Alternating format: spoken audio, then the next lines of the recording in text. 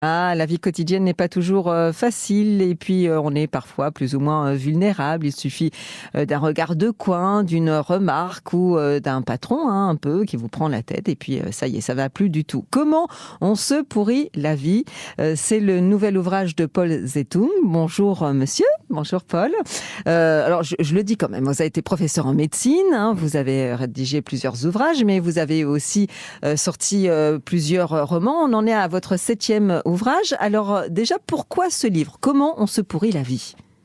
Alors, ce livre, c'est parce que j'ai tellement vu autour de moi, aussi bien dans ma famille que parmi mes amis, des gens se disputer pour rien. On avait l'impression que l'adrénaline montait et que petit à petit, ils se prenaient le bec comme des coqs et je sentais la testostérone monter. Et j'avais, moi, l'impression qu'il manquait une hormone de la bêtise. Et j'avais envie... Un jour, je suis arrivé à l'atelier d'écriture, j'ai dit, je vais écrire ce livre. Et j'ai tenu au titre, qui n'est pas tout à fait du bon français, mais on comprend ce qui est dit. C'est vraiment, ça se représente effectivement le contenu. Alors, comment il se présente ce livre? Quel est son concept?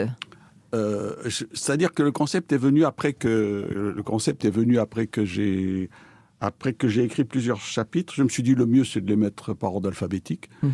Et d'écrire ce qui venait, ce qui m'ennuyait, ce qui ennuyait mes amis.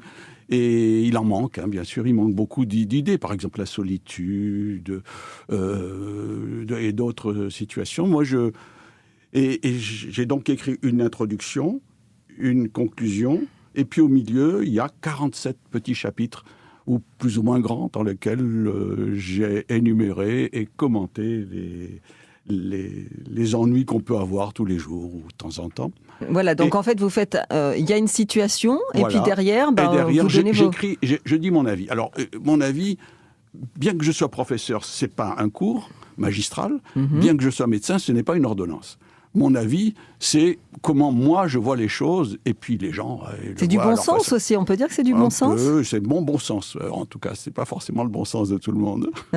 Alors, encore une fois, c'est beaucoup de choses qu'on rencontre dans la vie quotidienne, notamment l'agressivité des autres, les conflits au travail, alors avec les collègues, avec le chef aussi, les conflits en famille. Alors ça, c'est quelque chose quand même qui arrive assez souvent. Donc, comment vous les avez choisi finalement, ces différentes thématiques, ces 40 thématiques? En fait, c'est eux qui m'ont choisi parce que moi, j'ai mis ce que m'avait, à moi, ennuyé. Et pas du tout ce que j'avais trouvé dans la littérature. C'est pas du tout. C'est ce qui, moi, j'ai senti, c'est ce qui m'a ennuyé. Jouer au docteur, par exemple, être conseillère de tout. Je racontais, par exemple, que ma mère, je suis gastro-entérologue, mais ma mère me donnait des conseils pour digérer, pour bien digérer.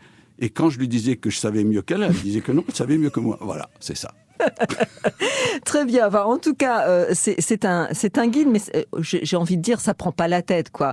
Vous avez voulu que ça soit quelque chose d'agréable. C'est pas donneur de leçons, quoi. Merci. Heureusement, merci. C'est ce que je craignais. Voilà. Donc, alors, je vais redonner quelques exemples pour que les gens puissent se retrouver. Alors, notamment aussi quand on manque de confiance en soi, ça arrive. Voilà.